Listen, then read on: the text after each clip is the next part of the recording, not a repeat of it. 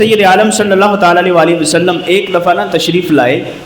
چلتے چلتے نبی پاک صلی اللہ علیہ وسلم کے ہاتھ مبارک میں ایک عصا تھا۔ نسائی کی حدیث ہے 2495۔ ایک بزرگوں کے ہاتھوں میں عصا ہوتا ہے نا، ایک چھڑی ہوتی ہے، بعض احباب اس کو کھونڈا بولتے ہیں، کھونڈا سنا ہوا ہے، کھونڈا بولتے ہیں، عصا بھی اس کو بولا جاتا ہے، آسا بولا جاتا ہے اس کو، لیکن عربی میں اس کو کیا بولتے ہیں؟ عصا، عین صاد الف، عصا۔ تو یہ رکھنا سرکار علیہ الصلوۃ والسلام کی کیا ہے؟ سنت ہے۔ حضور کی پاس ایک عصا، ایک ڈنڈا ہونا چاہیے جہاں بھی آئیں جائیں۔ یہ ویسے ہی فائدے والی چیز ہے، کوئی بھی شر والی چیز، کوئی کیڑا مکوڑا، کوئی سانپ، کوئی ایسی ویسی چیز، کوئی کتا وغیرہ رستے میں کوئی بھی چیز کھڑی ہو تو یہ چیز کام آ سکتی ہے، اس لیے اس کو اپنے ساتھ رکھنا یہ سنت بھی ہے۔ نبی پاک صلی اللہ علیہ وسلم سرکار اس کو کبھی کبھی ساتھ رکھا کرتے تھے۔ اور ہم عام بزرگوں کو بھی دیکھتے ہیں جو بڑے ہو جاتے ہیں وہ تو اپنی کمزوری کی وجہ سے رکھ لیتے ہیں، تو ہم یہ سمجھتے ہیں شاید جو بابا ہو جائے، بزرگ ہو جائے اور چلا نہ جائے تو سہارے کے لیے صرف رکھنا چاہیے، تو ایسا نہیں ہے۔ اللہ تعالیٰ نے حضرت موسیٰ علیہ السلام سے کہا تھا کہ اے موسیٰ یہ ماتل کا بھی امین کا یا موسیٰ، یہ تیرے ہاتھ میں کیا ہے؟ تو حضرت موسیٰ علیہ السلام نے کہا کہ یا عصائی، یہ میرا عصا ہے، اتوکأ علیہا واہش بہا علی غنمی ولی فیہا معارب اخری، کہ اے اللہ تبارک و تعالیٰ یہ عصا ہے، یہ ڈنڈا ہے، اس کے ساتھ میں مختلف کام کرتا ہوں، کبھی تھک جاؤں میں ٹیک لگا لیتا ہوں، اور میں اپنی بکریاں بھی اس کے ذریعے سے چلاتا ہوں، وَلِيَ فِيهَا مَآرِبُ أُخْرَى، اور بھی کئی کام ہیں جو میں اس ڈنڈے کے ذریعے سے کر لیتا ہوں۔ تو یہ کام آتا ہے، ڈنڈا کام آتا ہے، ڈنڈا کام آتا ہے، عصا کام آتا ہے۔ بعض جسے کہتے ہیں نا کہ لاتوں کے بھوت باتوں سے نہیں مانتے، یہ ایک حقیقت ہے۔ تو ڈنڈا کام آتا ہے، حسن اخلاق اپنی جگہ پہ، لیکن بعض جگہ پہ سختی کرنا بھی ضروری۔ اور سرکار کی ایک اور حدیث پاک ہے، فرمایا جو گھر کا مرد ہے نا، گھر کا مرد، اسے گھر میں ایک چھڑی لٹکا کے رکھنی چاہیے سامنے، مارے نہیں، بیوی پہ چلائے نہیں، بچوں پہ چلائے نہیں، لیکن گھر کی دیوار پہ ایک ڈنڈا لٹکا ہوا ہو، چھڑی لٹکی ہوئی ہونی چاہیے، تاکہ روب رہے، کہ بچوں پر بھی روب رہے کہ کسی وقت یہ چل سکتی ہے۔ تو ایک عصا لٹکا ہوا ہونا چاہیے، یہ سنت ہے اور یہ حدیث پاک سے ثابت ہے۔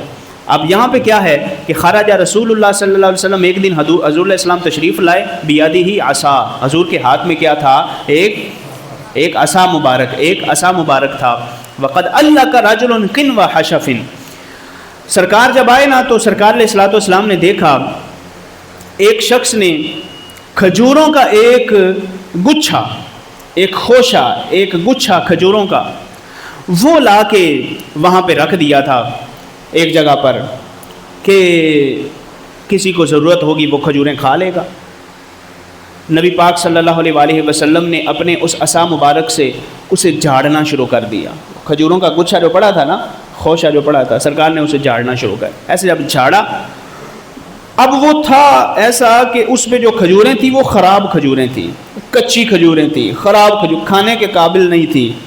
بڑی عجیب قسم کی۔ اس نے جان چھڑائی، جیسے آج بھی لوگ کہتے ہیں صدقہ اللہ دی راہ سے دینا ہے، چلو جڑے پاٹے پرانے کپڑے نے وہ دے دو، منگنا لائے انہوں دے دو، نہیں، لن تنالوا البر حتى تنفقوا مما تحبون۔ اللہ فرماتا ہے کہ نیکی تب نیکی کہلواتی ہے جب تم اللہ کی راہ میں وہ چیز دو جو تجھے عزیز ہے،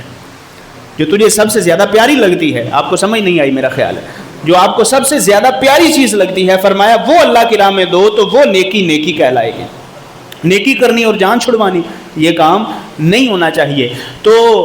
اب اس بندے نے تو یہ کام کیا تھا کہ اس نے لا کر ایک خوشہ، ایک گچھا رکھ دیا وہاں پر اس کا کھجوروں کا، اور کچی کھجوریں، خراب کھجوریں۔ نبی پاک علیہ السلام اس کو جھاڑنے لگ گئے، جھاڑتے نا سرکار صلی اللہ علیہ وسلم ساتھ جھاڑ رہے تھے اس کو، اور ساتھ فرما رہے تھے لو شاء رب هذه الصدقہ تصدق باطیب من هذا، کیسا یہ اللہ کا بندہ ہے، اگر یہ اس نے صدقہ کرنا ہی تھا تو یہ صدقہ کرنے والا اچھی کھجوروں کا بھی صدقہ کر سکتا تھا، خراب کھجوریں اس نے کیوں صدقہ کی ہیں؟ اور ساتھ بڑی اہم اور پتہ کی بات، نبی پاک صلی اللہ علیہ وسلم کی ساری باتیں ہی پتہ کی ہیں، مگر یہاں سرکار علیہ السلام نے ایک قانون دیا، فرمایا ان رب هذه الصدقہ یاکل حشفا یوم القیامہ۔